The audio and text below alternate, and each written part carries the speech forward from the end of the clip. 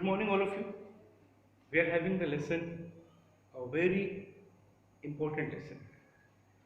This is an important lesson that we are going to read here. Today, ninth class SST part, that is the French Revolution. French Revolution, दुनिया को राह दिखाने वाला lesson, world को अधिकार दिलाने वाला लेसन, विश्व के सारे देशों को कुछ देने वाला लेसन, जहाँ पे पहली बार दुनिया ने अपने लेबर्स ने, अपने वर्कर्स ने अपने राइट्स को पहचाना कि हु आर वी, ये वो lesson that we are going to start. तो आप ये ना समझें कि हम एक वीडियो में इसको फिनिश करेंगे. That will be the series of the videos on the important topics and points we will try to cover. ठीक है, हमने फ्रेंच रेवोल्यूशन किया. We got the information about the French revolution, that was the fight of democracy.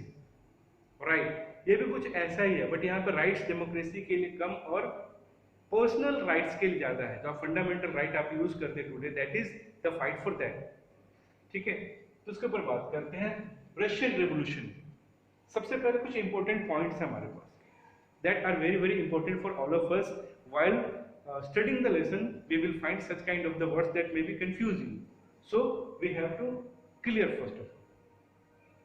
Suffragette movement, that is the voting right. इसका मतलब क्या है?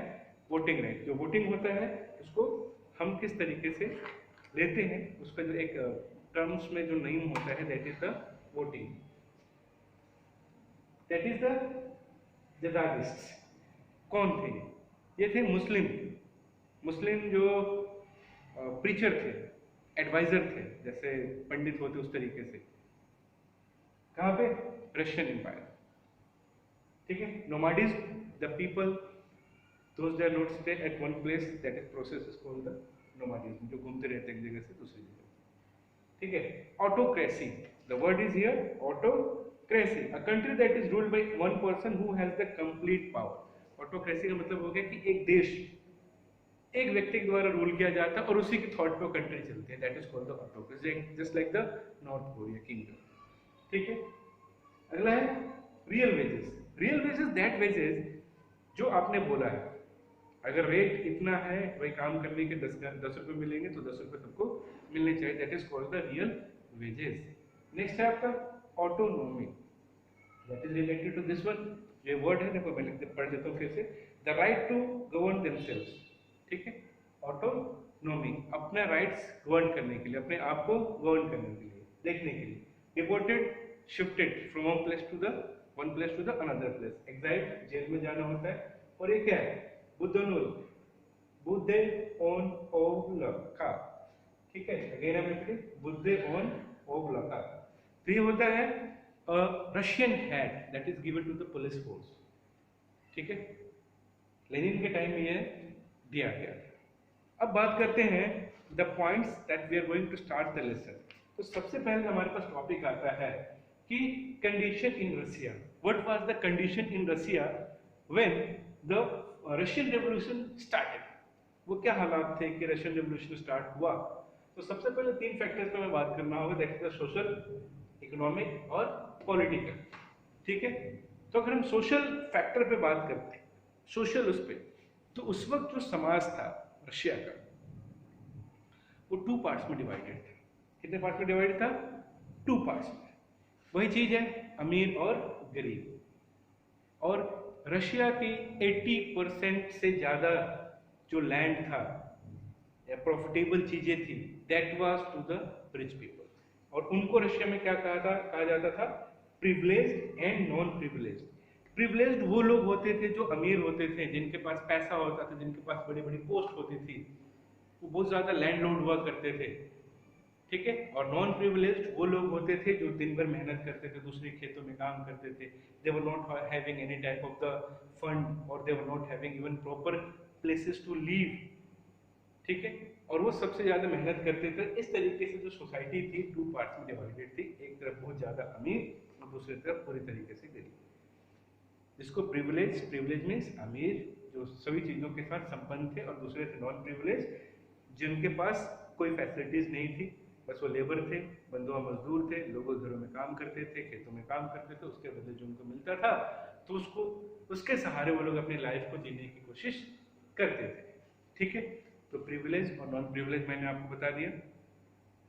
और भी लिखा हुआ है, the privilege class comprises of prosperous and influential people who held almost all the important offices of the state and most of the land was also under their control। मैंने पहले बताया था कि जितने भी बड़ी पोस्ट थी राजा या उसके आसपास का सारा इन लोगों के हाथ में हुआ करता था, प्रिविलेज लोगों के, और जो नॉन प्रिविलेज थे उनके पास कुछ नहीं था।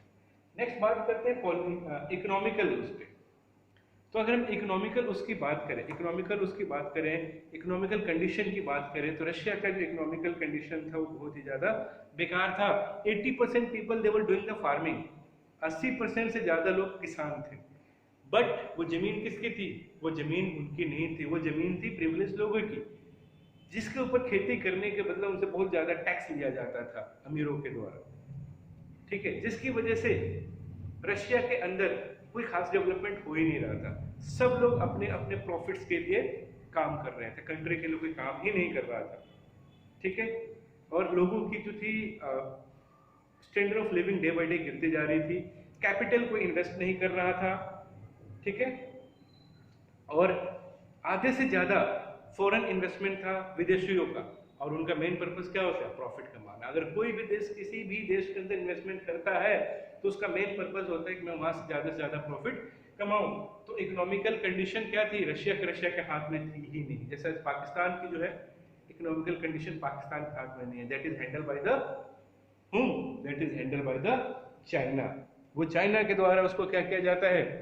कंट्रोल किया जाता है।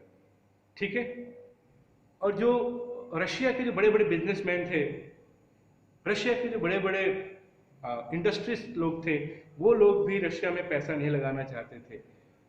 ठीक है, उनकी फैक्ट्रियां नीलाम हो रही थी, उनकी फैक्ट्रियां बिक रही थी, उनकी फैक्ट्रियों में वर्कर्स काम कर रहे थे, बट उनको प्रॉपर वे में कुछ भी नहीं हो पा रहा था। तो यहाँ पर भी हालत खराब थे, यहाँ पर भी हालात खराब थे। अब बात आती है पॉलिटिकल कंडीशन की, कि रशिया का पॉलिटिकल कंडीशन कैसा था। रशिया का पॉलिटिकल कंडीशन भी उतना ही बुरी हालत में था। जो यहाँ पर राजा था जार निकोलस। ठीक है, और वो क्या कर रहा था? वहां पे रूल कर रहा था। वो भी कैसे रूल कर रहा था? ऑटोक्रेटिक मैनर में। ठीक है, और they were believing on the theory, that is the name given divine theory of kingship. ठीक है, और they were not checking, he was not checking anything to the people. ठीक, governance was not only despotic but also inefficient and weak. Political parties were illegal before 1914. ठीक है, तो political condition भी उतनी ही क्या थी? बुरी थी। राजा जिसको कोई मतलब नहीं, प्रोसेस क्या था? ऑटोक्रेसी चल रही थी, राजा की मर्जी, जो रूल बना दे, अपना फायदा होना चाहिए, पब्लिक भाड़ में। ठीक है, राजा और उसके मंत्री कैसे कैसे रूल बना रहे थे, क्या कर रहे थे, क्या नहीं कर रहे थे। तो कंडीशन ये हालात थी। मतलब राजा ऐसा था कि प्रजा के ऊपर कोई ध्यान नहीं, सारा कंट्रोल किसके पास? मंत्रियों के पास, उनके चमचों के पास, और प्रजा परेशान थी।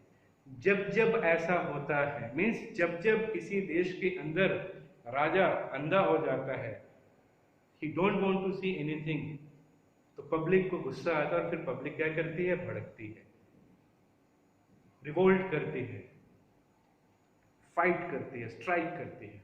तो वही यहाँ पे हुआ। कोई तो आएगा, कोई ना कोई आया जिसने पब्लिक को जगाया। तो एक कंडीशन थी। तो major issue is coming here कि what was the condition of society. We got the information what is the economical condition in Russia on that time, वो भी हमें पता लग गया। पॉलिटिकल कंडीशन क्या थे? पॉलिटिकल पार्टी फॉर्म नहीं कर सकते थे 1914 से पहले तक, रशिया में अलाउ ही नहीं था कि पॉलिटिकल पार्टी बना लो, कोई भी ऑर्गेनाइजेशन बना लो, इलीगल था सब कुछ। ठीक है, तो पहला पॉइंट हमने आज पढ़ा क्या कि रशिया के अंदर कंडीशन हालात कैसे।